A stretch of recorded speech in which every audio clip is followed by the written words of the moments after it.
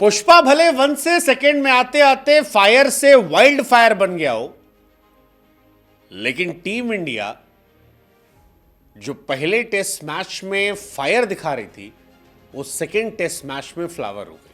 हाँ, बिल्कुल फ्लावर वाली हार हुई है, क्योंकि 19 रन चाहिए थे, ऑस्ट्रेलियाई पीट दिया, 10 विकेट से हार गए। रोहित शर्मा की अगुवाई में लगातार 4 हार हुई। सबसे कम गेंदों में खत्म होने वाला ये टेस्ट मैच हो गया। इंडिया वर्ल्ड टेस्ट चैंपियनशिप के रैंकिंग में 3 पर पहुंच गई। विराट के बाद रोहित दूसरे कप्तान हुए जिन्हें 10 विकेट से हार मिली। और इंडियन फैंस आज पूरे दिन दुखी नजर आए। उधर हमारी जनाना टीम हारी, शाम को हमारे लड़के हार गए, बच्चे। लेकिन इंडिया वर्सेस ऑस्ट्रेलिया में हार क्यों हुई? क्योंकि पहला टेस्ट मैच पर्थ में तो हम जीत कर आए थे, वहां पर हमने दिखाया था कि हम फ्लावर नहीं फायर हैं। फिर सेकेंड टेस्ट मैच में हम फायर या वाइल्ड फायर से फ्लावर कैसे हो गए? एडिलेड में 4 साल बाद भी इंडिया मैच जीती नहीं है, और यह काफी डिसअपॉइंटिंग है। पर्थ में 295 रनों से जीतने वाली इंडिया पिंक बॉल में एकदम खत्म नजर आ रही थी। कंगारू टीम के बैटर्स बॉलर्स दोनों शानदार थे, ट्रेविस हेड कमाल थे, और इंडिया अब WTC फाइनल से बाहर होने का कगार पर है। 5 वजह। क्या वजह थी? पहला, इंडिया का बैटिंग ऑर्डर खत्म था यार, खत्म था। मतलब सारे सूरमा, जिसमें यशस्वी जायसवाल, KL राहुल, शुभमन गिल, विराट कोहली, ऋषभ पंत, रोहित शर्मा, ये सब खत्म थे। दोनों टेस्ट की सेकेंड टेस्ट की दोनों पारियों में ये जितने बल्लेबाजों के नाम लिए हमने कुछ नहीं उखाड़ा। 180 रन पर पहले पारी में ऑल आउट हुए, 175 पर सेकेंड पारी में गए, सब हवाबाजी करते हुए आउट हुए।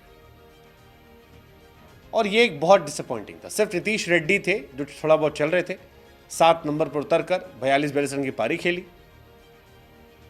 बाकी लोग खत्म थे, कप्तान रोहित शर्मा खुद खत्म थे। तो बैट्समैन का बेबस होना शॉकिंग था। दूसरा, टॉस जीतकर बैटिंग करने का फैसला।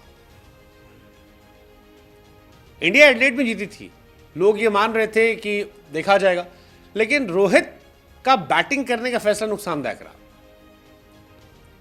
कैप्टेंसी, रणनीति, गंभीर के प्लान्स समझ से परे थे, समझ से परे थे। लगातार चल रहा था कि शायद आकाशदीप को लाया जाएगा, पता नहीं। KL राहुल ने जो पर्थ में किया था वो एडिलेड में नहीं कर पाए। बहुत सारी चीजें रही।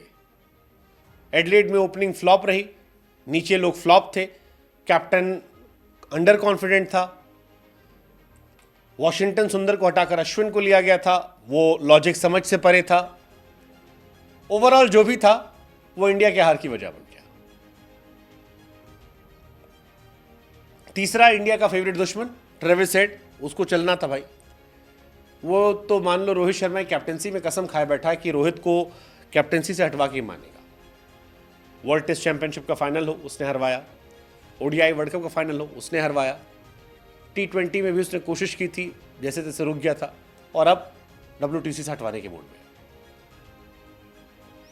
वन मैन शो, 141 गेंद पर 140 रन, 17 चौके 4 छक्के, और लाबुशेन के 64 रन। खत्म कर दिया दोनों ने, जरूरत ही नहीं पड़ी उन्हें।